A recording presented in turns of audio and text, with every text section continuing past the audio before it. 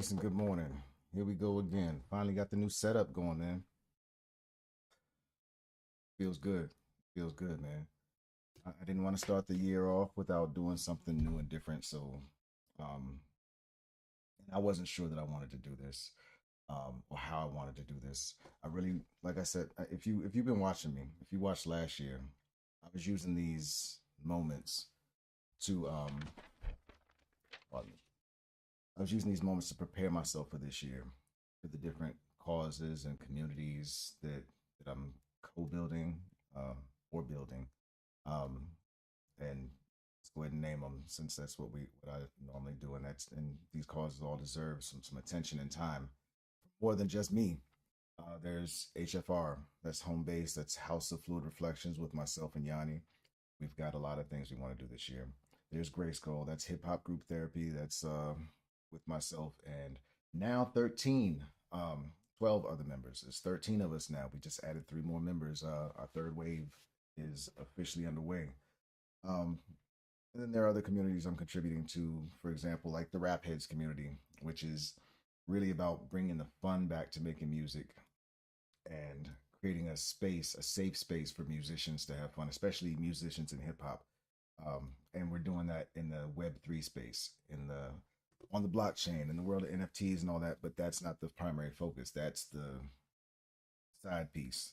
As a matter of fact, we just dropped a mixtape, a free mixtape. That's how much it's not about the money and the NFTs and all that. Free mixtape, the Don't Overthink It mixtape. It's on OpenSea. I'll drop a link to it on the Dragon's Pitchfork website soon. It's featuring Grayskull. It's the Rap Heads and Grayskull. We've got about four of us participating on that, and whew, we brought it. We brought it.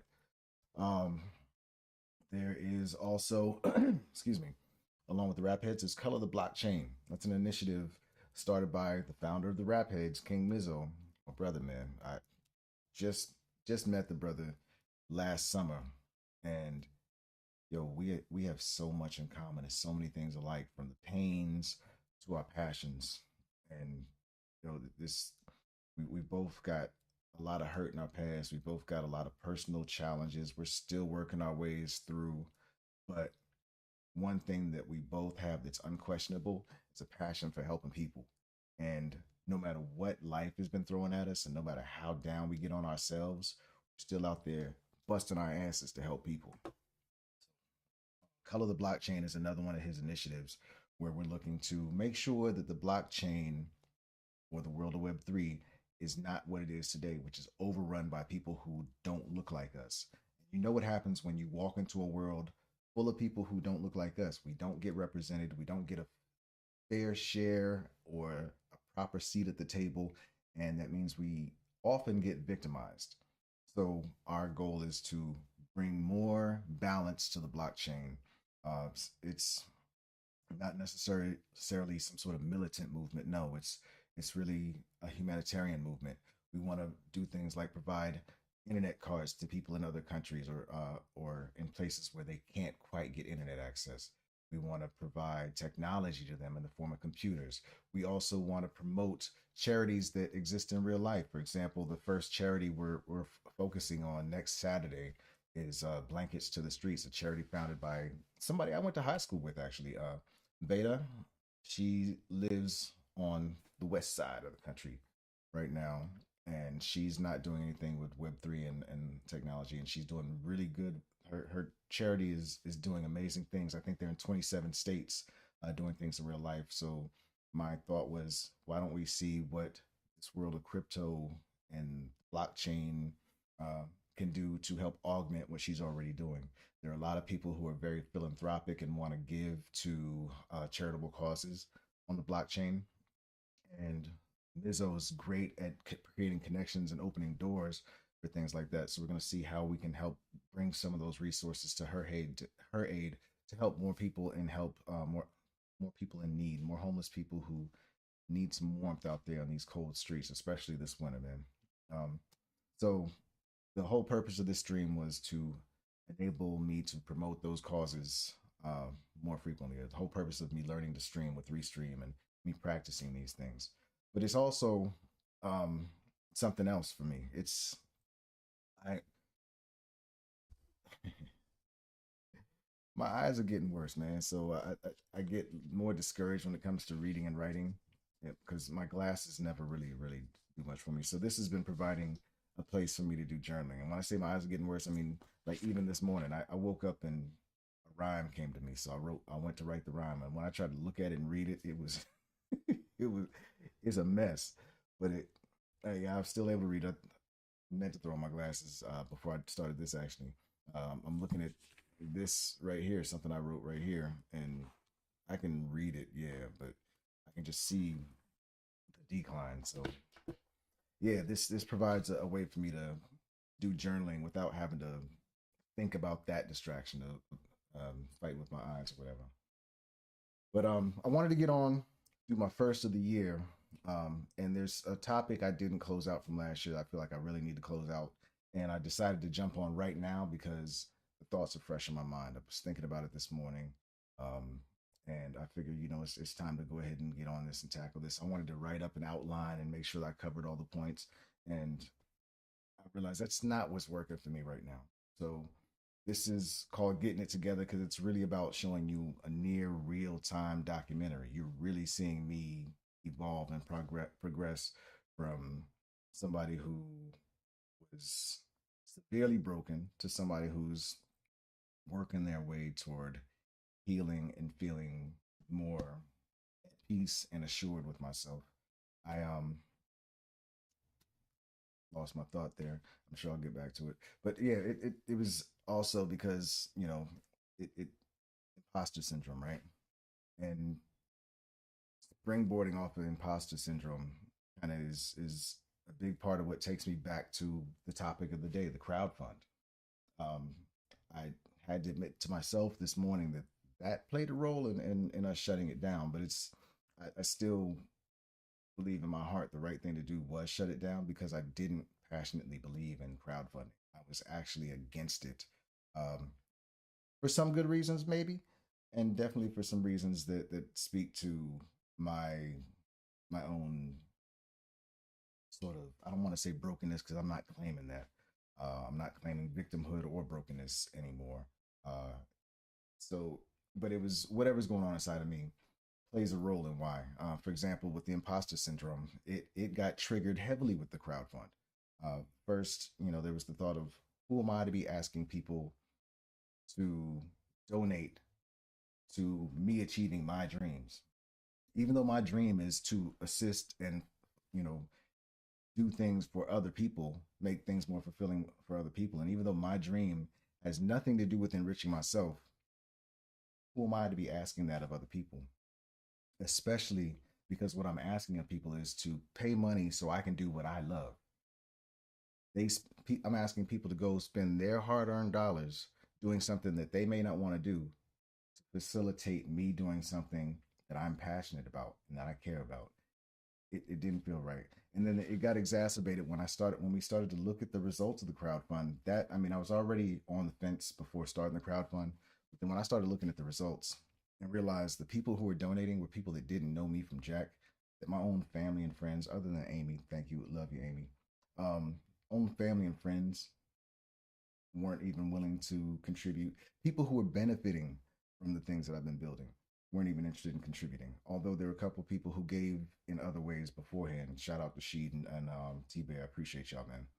Um, and people give in so many other ways besides monetarily. So I'm not. It's not to say that there aren't other ways that people are giving if they weren't, but just seeing the types of people who were giving and donating was kind of, to me, it felt like it was sending me a message that what I'm doing must not be the right thing, or it was reinforcing those negative thoughts in my mind, telling me that I'm doing something wrong by pursuing these passions and not being willing to go put this on pause or possibly derail, what's going on in order to go back into the machine that played such a big role into breaking me. Think my inner voices were talking to me saying, "Oh yeah, everybody's not donating because everybody's just like, go get a job. What's special about you?" And that's a lot of that. I've been breaking down a lot where a lot of those thoughts come from, where the roots of a lot of those thoughts are. And a lot of those thoughts are rooted in past experience, past pain, um, and I'm finally having to come to terms with the fact that it's. I'm trying to be careful because I don't want to. One of my goals is to never cause harm or do damage, but there are people in my life that played a big role in this imposter syndrome also becoming more magnified. There are certain people's voices who come into my head when I'm trying to do something I'm passionate about that sometimes I don't even realize are speaking to me, and they stop me mid motion, or they make me hesitant to step. Um, and all of these thoughts, all of these feelings, all played a role into why I said, you know what, we need to stop this crowdfund. This we've got people. Some of the people who donated, I know, have other things going on in their lives where they could use the money themselves. And with the way crowdfunding works, that money stays locked up until you reach your goal. And I was like, it's going to take at least 60 days for us to get to the point where this crowdfund locks up. These people could use that money. I didn't think we were going to reach that goal because, like I said, the people I knew, the people I love, the people I care about, um, weren't interested in paying in. So I'm like, if the people I love, know, and care about aren't interested in contributing toward us making this a reality, then why would strangers do it? So yeah, about that crowdfund. That's the big deal, man. But the beautiful thing is, I feel very comfortable talking about it now because I'm I'm really confident in what we're doing now to the point that none of that can shake me moving forward. And we're not starting any more crowd funds. That's not happening because still don't think that's the way. I think there are things that we can do that will open up the doors. And I have to be comfortable with knowing that I don't know how we're going to survive. I don't know where the answers are coming from because I'm doing something so new and so different for myself, at least, that it's pioneering. It's doing something that there's no roadmap for what I'm building or what I'm doing, and I have to. What's helped is kind of like talking to Yanni a second ago. She was talking to me about a video she was watching, an interview with Jay Shetty, and he was talking about how the life that he was raised in that didn't provide a way to even visualize or see the path to what he's doing now with the life that he ended up living. There's no way he could have seen that living where he was. I think she said he lived in the UK or England or something like that. And just like it was similar to how I'm being raised, or I've been raised here in America, raised to think that you go get a job, you must have a job, and then if you get a job and you do well at that job, then you can do some of these other things. But those have to be side things. Um, until you make enough money at that job to facilitate you doing that. And my head was trapped at I have to go make the money to facilitate and make these things happen. Um, and I'm still ripping out those wires. This stream is getting it together is all about me rebooting myself, recoding myself, or rewriting my personal operating system because I'm recognizing how much I've been pre programmed and how much we're all programmed from birth by our parents' instructions, by societal instructions, by our friends, by TV, movies, music, media in general, now especially social media. Um, so this understanding all of my programming and understanding and yanking out these wires has helped me understand that I don't have to know how I'm going to get there yet. I just have to keep doing what my spirit's calling me to do. Like yesterday, my spirit called me to. I was supposed to be working on another video. I was supposed to be working on something else. Malcolm, sorry, didn't finish the Trello video. But I was supposed to be working on that yesterday. But my spirit said no. You need to get the new getting it together frame together. You know what you did last year is was cool. It gave you a chance to start getting familiar. But it's time to really show people something that's aesthetically pleasing that really speaks to your heart that you're confident about. This intro, you saw the intro. I hope you saw the intro. That shit is fire. The outro, you'll see. Um, but I'm learning to become confident in what I think and how I express what I think because the confidence is coming from me understanding that there is value in that. And I have to be thankful that some of my understanding of the fact that there's value is coming from what I've built, what we've built. And that's the other thing that kind of led me here too is me getting comfortable with actually acknowledging what I'm accomplishing. I don't know if any of you've watched the most recent gray space videos that I've been dumping with Q, but on the most recent one on episode 4, he even said, "Yo, I don't think you realize what you."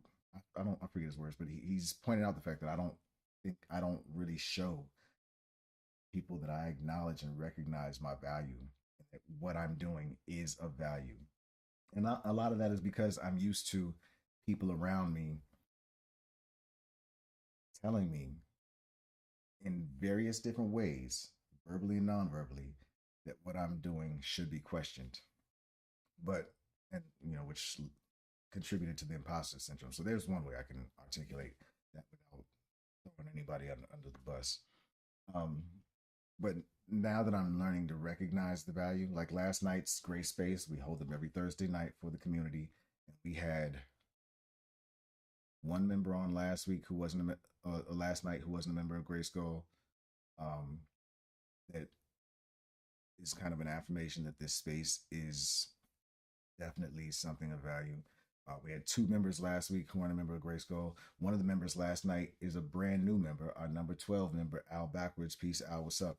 I'm not going to say the other people's names because I'm not sure how comfortable they are acknowledging that we're in these spaces yet, especially because last night's conversation, getting back around to it, last night's conversation, at first it was political and hypothetical, well, not hypothetical, but political and about some of the standard conversations that I've had time and time again. And I even expressed that at one point. I'm like, I've had these conversations 1,000 times.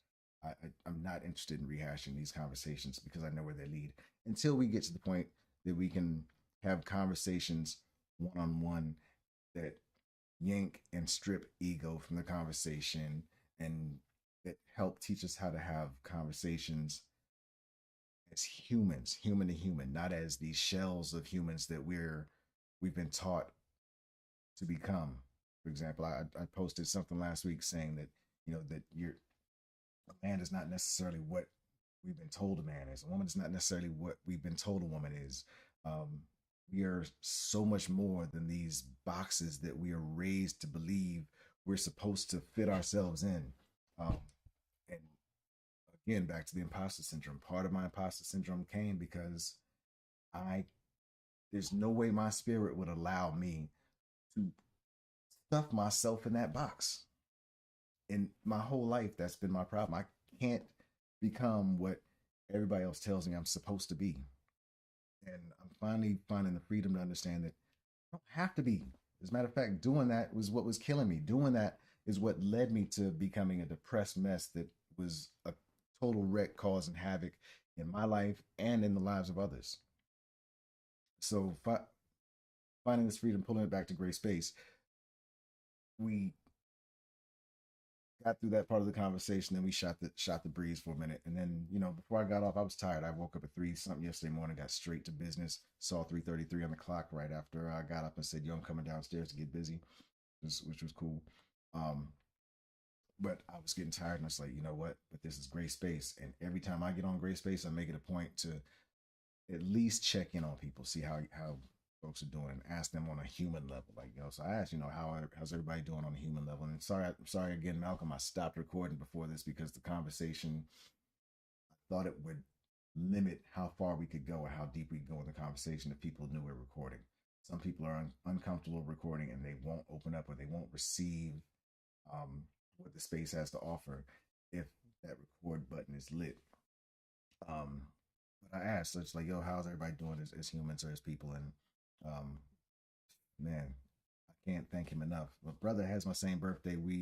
There's some something there, something to this. But Q answered, of course, and we got into a conversation and we really got in. We really went in, um, talking about. And I'm not going to speak for him again. I don't know. I don't ever want to put anybody else's stuff on Front Street, but we got really got into the weeds, when I just expected to hear some, hey, everything's all right, cool, and all right, I'm a bounce, holla, peace.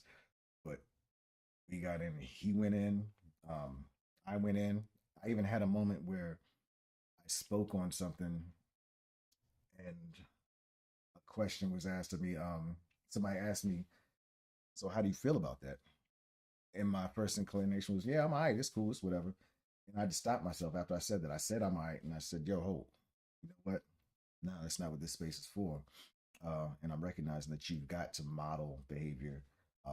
Beyond modeling behavior, I've got to benefit from this space too. I can't just be here opening the space and offering it to people without taking advantage of it as well, because I'm not going to have these conversations with counselors right now at this point in my life, for a variety of reasons we can talk about another time. So I went in and talked about that, and that opened me up a little bit. It made me feel a little bit lighter, and probably led to some wild dreams I had last night too. But that also opened the space up for a little bit more conversation. So my farewell, my sign off when I was burnt out and tired, led to probably another 30 to 45 minutes worth of conversation that was really what gray space is supposed to be about, which is providing a safe space for people, not just men, for people to come together, usually be through the doors of hip hop because that's how we came together, but to come together and open up and explore those parts of ourselves that we're normally not willing to engage with. And I'm going to say this, it may be triggering, but in my opinion, because I'm in the process of analyzing and evaluating my ego, in my opinion, that's fear that causes us not to open these doors within ourselves and explore things. And I don't expect and don't want to make anybody feel like you have to express these things in the space, but I do want everybody that's in the space to come and hear these things and go spend some time talking to themselves. Like I'm working on a mission statement, and part of it, the very beginning says that, well, it's not a mission statement. It's my personal introduction. Is that I help people. It started with I help people self heal and evolve because I want people to be able to take the resources that are offered and use them themselves to find ways to start untangling these knots and these messes that our lives and our experiences and our traumas have created within ourselves that we don't even recognize often. Um, so I, it's gone from I help people self heal to Malcolm recommending I just say I help people heal. Um, we got this space created that last night. It created a space for me to heal a little bit through talking about it and acknowledging some things. And I believe he will probably say the same thing that if the space didn't provide that last night, it has provided that over the past year that he's been with Gray Skull and become a pillar in Gray Skull. He's definitely there's no number ones, number twos. There's no hierarchy in my head when it comes to Gray Skull. He's just as solid, and just as key a member on the mental health and wellness front as I am. As a matter of fact, he's the one person that's there every Thursday, every week, religiously for Grace Space. He's the one person that has not made a session. I've missed a few sessions from being burnt out, tired, overrun, whatever. But yeah, the whole conversation, like I said, like what I'm getting to is, in a nutshell, the whole conversation led to me to some breakthroughs, and I walked away last night feeling like, yeah, this is why I do this. This is why I'm passionate about this. This is why I can't stop doing this. This is why I can't just go get a job and not do this, because getting the job at where I'm at in my journey, I know what it'll do with me. It will destabilize me right now. It will drain and sap my energy. It will create some walls and barriers when I'm in the midst of a bunch of personal breakthroughs, but also in breakthroughs with what I'm building. And I am the gas. I am the driver. I am what's making these things happen in so many ways. And I usually won't allow myself to acknowledge that because it feels arrogant. And I know how I've always felt about people who show arrogance. It usually rubs me the wrong way, and I've got a fear of being that person who's showing or exhibiting arrogance versus confidence. I already know I'm working my way toward being confident, so finding that balance is one of the scariest things for me. Still to this day, is finding a way to be confident without being arrogant. Um, but I built and I'm the gas behind something that's changing people's lives. And watch Q's Gray Space, you'll see it's changing his life. You ask Kareem, he'll tell you it's changing his life. There are other people that demand it's changing his life. There are a number of people whose lives are being changed. We're being changed as human beings, as people, and we're going out into the world and we're making changes in other people's lives as a result. This is important business. This is important work. Um, and I've got to learn to put this up on a pedestal, not a pedestal. I've got to learn to put it in its proper place and give it the credit it deserves. And I've got to learn how to champion and scream from the mountaintops about how important this is because if I don't, who will? And if I'm not doing this, how many other people's lives are not being changed for the better? How many people aren't being unable to save themselves? I saved myself. I finally say that. I've saved myself. I'm hoping to be able to save my family at some point in time, but I'm helping to other people save themselves. And actually, I don't want to save my family. I want to be able to help my family save themselves. And I'm learning how to do that through helping other people learn how to save themselves. And yeah, man, I'm now at a point where I'm like, yo, I'm not going to be shy about talking about how impactful what we've built or what we're building is. And I've got to learn how to not be shy or scared to talk about how important or how big my role is in that. And I've got to learn how not to beat myself up when I fall short. For example, this week, one of the things I was supposed to do was jump on a line for a seminar with somebody or a call, a discovery call with one of these business coaches. And I think I've talked to so many different people, but this one seemed like it was so aligned, but I missed it because I had so many things scheduled that day and I lost track of time. I'm still learning how to get back into fitting into schedules. And I missed the one that I thought was so big, and I probably won't have the opportunity to get this again because of it. And I've got to learn to be okay with the fact that yo, maybe it's not a ball drop, maybe it's what was supposed to happen because what it led me to is kind of what I'm going to get to with what happened after last night's great space. It led me to understand that I am doing something that's never been done before. We are doing something that's never been done before. It led me to understanding that I don't have to follow somebody else's prescribed recipe or medicine for success because nobody can tell me how to make this thing a reality. People can give tips and guides and things that will help me take care of components of it. And I'm still going to be constantly looking for and absorbing and receiving that. But looking to somebody's program or somebody's coaching to do that, um, I feel like it's probably going to keep leading me to the same place that I keep going when I keep looking to people for guidance and assistance, which is discouragement. Um, so this year is going to be all about being more confident in my ability to build something I've never seen before in this world that there is no model for. And if there's a model, my confidence is going to lead me to finding that model and excuse me, incorporating whatever elements of it make sense in order to facilitate us making this happen. But yeah, after last night's call, man, I got off of the call And I went upstairs and I just, my beloved, I had to tell Yanni like, yo, how good it felt, like how I was I was walking on clouds because like, yo, this is really, really working for me and for other people.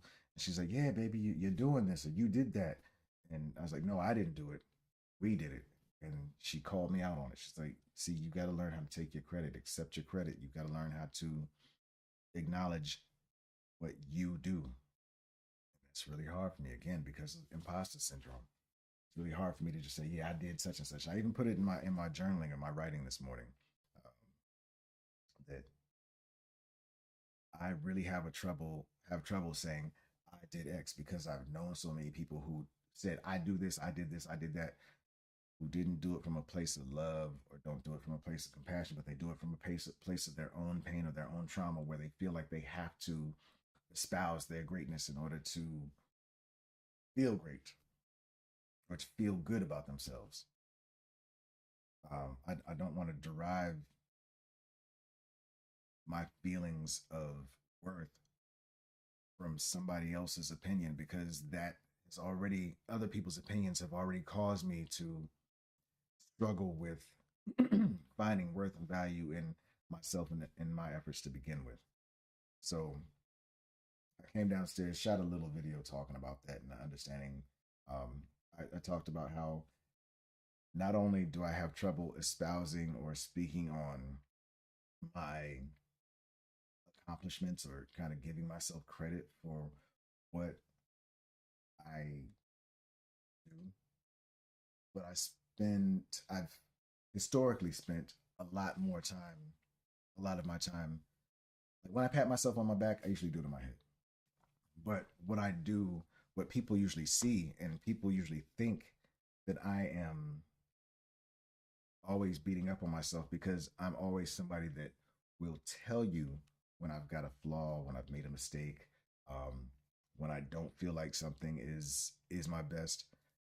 And I realized that habit comes from being around people who are always pointing out your flaws and pointing out your mistakes or pointing out your shortcomings. So I kind of developed a habit of doing like what Eminem did in the movie Eight Mile. The way he won that battle in the end of the movie was he did a rhyme talking shit about himself. So I developed a habit of pointing out my flaws before anybody else could point them out as a form of as a self defense mechanism, as a form of self preservation. Like if I tell you about my flaws, you can't do it, so therefore you can't make me feel bad about myself. So it was dope to be able to wrap all that up and come to all of that. And all that's happening because of what we're building. Gray Space, House of Fluid Reflections is what facilitated Grayskull even coming to fruition. So House of Fluid Reflections and Grayskull are healing me, we're healing others, and I'm confident that we can keep doing that without a crowdfund. How? I don't know. But one thing I am going to do is by shutting down the crowdfund, obviously everybody got their money back, and some people may want to still donate, and we could definitely use it. Our phones just got cut off again for the third time in the past 6 months. But I'm gonna go ahead and turn on the tip jars and the subscriptions options and all that on all the social medias, and I'm gonna start asking people. So if you believe in what we're doing, if you want to help make sure that we keep doing this, please take a minute, send a tip, send a cash app. On my website, you'll see there's if you go to dragonspitchfork.com/support or/donate, you'll see all the different ways you can support or donate and help us out. We are down to our last $100, so if you want to help out, help out. If not, we're gonna find a way. I promise you. I started putting services on my website so I can start selling services. But there's also something else that's funny about that is I'm gonna put these services. I'm gonna put myself out there to see if I can make money doing these things, like video editing, creating logos, creating visuals to help support other people's creations, maybe even music production, although it really hurts me to sell beats um, to people who may not do them justice. That, like, my music is emotional. I have an attachment to mine still, and I'm still trying to learn how to um, detach. And I think part of that, I told Yanni just upstairs that I think part of the way I'll break that is by finding somebody who will manage the music side, the business side of the music, so I don't have to keep seeing that. Like I don't want to see what people do over my beats, because usually when I do and they're not aligned with me and we're not working together and I'm not actually producing them, I'm disappointed, hurt, and I'm feeling like that beat just went in the trash. And these are expressions for my soul. These are, I don't make beats for commerce. I don't make beats for the purpose of saying, "Hey, I want you look at this." I make them for to show myself what I can do, and to also express myself in a way that I can't with words. Like I've got a song title, "When Words Won't." That song title came about because the beats were making beats was what helped me process a lot of darkness within myself when words wouldn't allow me to do that, when I couldn't talk to a counselor because the counselors I've talked to weren't actually helpful to me. And not saying that there's something necessarily all wrong on their side of the fence, but there was some on their side. And there's also the fact that I still don't feel comfortable opening up, especially to the counselors that I've been connected with so far. Um, it's part of my trauma. I get it. And maybe there's a day when a counselor will work for me and I'll find that right counselor. But so far, I've been through it, more than five different counselors at different points. And I don't shit on counseling. I don't shit on therapy. I actually am a big proponent of therapy, but I've learned not to push it um, on people because we have to get it when we're ready to receive it and we're able to do the work that comes with the counseling, because counseling is not about sitting on somebody's couch and just telling them your problems. No, it's about you going to somebody, you expressing what you're having a challenge with, and them giving you some tools that you then use to work on yourself, and they help guide you through how to use those tools. um, Maybe not so straightforward. That's at least that's part of my understanding of counseling, and I'm sure it's much more expansive than that. But so far, I haven't gotten to that point where I found somebody who I trusted enough to share enough to get them to provide me the tools I need to work on the things that I need to work on. For example, molestation, being molested at age 8. That's something that I still can't talk through with somebody. I can't talk about the details of that, any of that shit still. And that's what helps me understand when everybody else is like, yo, counseling ain't gonna work for me. Yo, fuck counseling. It's not, it's counseling is some BS. I understand when people say counseling doesn't work or won't work. Doesn't mean it doesn't work and won't work, but it doesn't work or won't work for them at that moment in their life. And this again is why I say with Grayskull, we're bridging the gap between distress and support. Counseling is support. Distress is not being able to talk about the shit that's fucking us up. So yeah, man, it's a long-winded roundabout welcome to the year, and that's if you celebrate the new year. I know I'm seeing a lot of people have conversations in the open about something that we used to talk about back in the '90s, but about how January 1st isn't necessarily the flip of a new year. I don't necessarily even care, to be honest, anymore, because there's so many other things that are at the forefront for me. But I understand that the Gregorian calendar is one calendar and that there are a bunch of other calendars, and who's to say which one is right? Maybe there is an answer to which one is right. Right now, that's not on my list of priorities, because my priority is making sure I'm solid and finding ways to make sure that the people around me are solid so that we are all spreading more and more peace and love across the planet. So yeah, I just came down because I wanted to go ahead and get this crowdfund conversation off the plate. I wanted to go ahead and express, do a little bit of my journaling, which is what this is for me, about last night and about some of the revelations I've had for myself, and um, yeah, just kick the year off right. I don't know how often I'm gonna do these. I think I'm gonna try to do them a few times a week. I don't, since it's journaling, I don't want to force it. It's just being something formulaic just yet. I don't want to. I don't want to make it a show. I don't want to make it into something that's supposed to be entertainment, because it's not entertainment. This is me just getting stuff off my chest. I mean, I don't even check to see who's watched these things, and probably still won't be. But I will say becoming more and more confident in the fact that I won't have to and don't need to because I'm building teams. I'm actually seeing the teams pop up. We just got the first dude in the squad who's passionate about doing video at a time when I'm realizing that I do video, I'm capable of doing video, and I will do it as a service, but it's not my passion. I finally defined my passion upstairs this morning and realized that what I want to do with my life, they say you want to spend your days working and doing what you love and what you're passionate about. There are two things that I'm passionate about. That's this mental wellness communication or having meaningful communication, not just about mental wellness, but about communication that helps further causes that help enhance the lives of human beings. I am passionate about that. I will spend all day, every day on calls and on Zooms, in face to faces with people that make a difference. I will do that all day, every day. I'll spend 23 hours and 59 minutes of every day doing that if I can. If I can do that without collapsing, I would do it.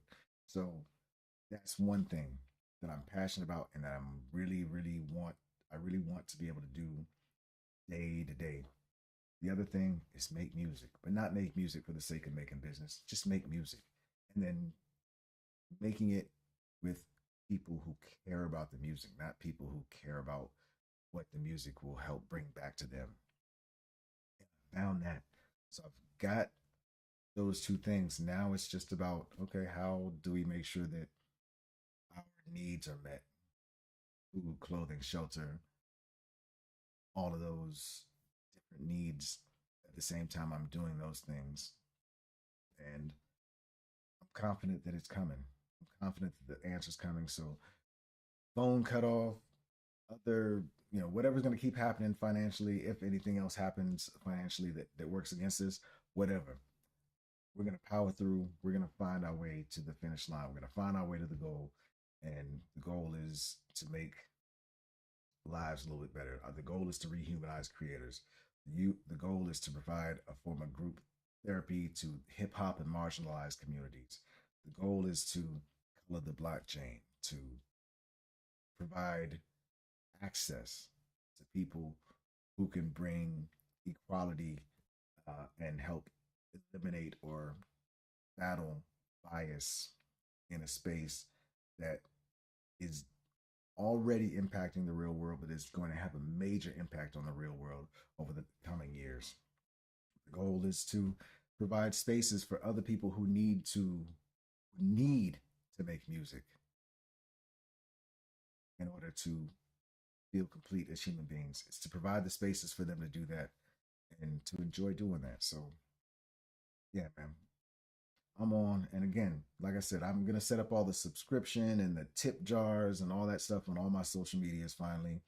Um, I'll work my way up to finding ways to advertise and promote that. But if you see it on the stream, man, you want to help me keep doing things and making a difference within myself, which is helping to make a difference in other lives, so many other lives, and a major difference. You want to help do that, hit the tip jars, hit the subscribes when you see those options come up. Hit my website, dragonspitchfork.com/donate or /support. Um, Help us out. And hit the like button, hit a comment, give us a comment, give us some feedback, give us some encouragement, because somebody will be watching these comments at some point in time to help give me feedback so I know what to keep giving or what I can probably offer more of or what I can offer that's different that may be of assistance if it's within my wheelhouse and it resonates with me. So hit some comments, hit that share button so that other people can start to see what we're building, what we're doing. Maybe you don't have the funds to help out, or maybe you don't care about this cause, or you're not passionate about this, but maybe you know somebody who is. Put this in their DM, put it on your feeds, something. I appreciate each and every one of you that wants to play a role and help out. If you want to have a conversation with me about it, hit me up, man. I'm really, really, really ready to rock this year. And we're already underway. One other thing before I get going to is you may see me less and less on social media right now, although that's the tool that's enabling me to connect with all these people and to do the things that are being done. I also need to make sure I reserve some time for myself, and I need to keep healing and evolving myself so that I can be more of a resource to the people around me. So I'm working on developing routines and practices for myself that will enable me to do this on an even higher level. Maybe at some point there'll even be schooling in here, but I'm also learning and coming to be of the mindset that, again, we're pioneering, we're creating a new path, and we've all been programmed and trained to believe that you can only do X if you're certified by some authority or if you're trained by some authority. And that's leaving gaps. We're here to bridge gaps, right? Between distress and support. Like, you can only get better mentally if you see a counselor, if you see a psychologist. No, there's a gap. We can bridge that gap and we can provide some sort of filler. And there's a gap or a filler between me being formally educated on a topic and me knowing what my heart and my soul knows. I know intrinsically how to connect with people on an intimate level. Pause for those of you who can't handle that word. I know how to get to people on that level without even trying, because I'm not trying. I have no agendas, but I know I care about people and I know how to express that I care about you without making you feel weird and funny. And I know how to ask questions that you may not want to answer to me, but that you'll take back home and ask yourself at some point in time that may help in some way. And I know I can get better than that. And I know there are other resources that'll help me with that. That may not be formal training in formal school. Open to the formal training in schools when the time is right. But right now, it's time to build. I could use some help with it. If you're one of those people that's going to do that, appreciate you. If not, again, it's okay. I love you anyway. It's time to get up out of here, man. So I hope you have a good day. Today is, oh, it's Friday. Yo, today I am hosting a space on, co-hosting a space with Enoch has on autism. It's called Spectrum Friday. It's on Twitter. Maybe I'll stream it through here so that you guys can get a taste of it. But this is a brother I'm going to be building with because I'm curious about myself, about whether I may be somehow on the spectrum. I have a lot of habits and ways of thinking and doing things that makes me wonder if I'm on that spectrum somewhere. So I'm going to be discovering and learning about that by co-piloting with him. I'm going to be doing that every Friday, 1 p.m. Eastern Standard Time. It's now an NFT Voices activity because we recruited the brother to NFT Voices. Um, so follow at NFT Voices on Twitter. You can jump in on the space, play a part in the conversation. I've scheduled the next episode of Mental Maintenance with my man Kyle. Tyler's still working on some things. He's got a lot going on right now, and he's killing it. He's doing the thing right now.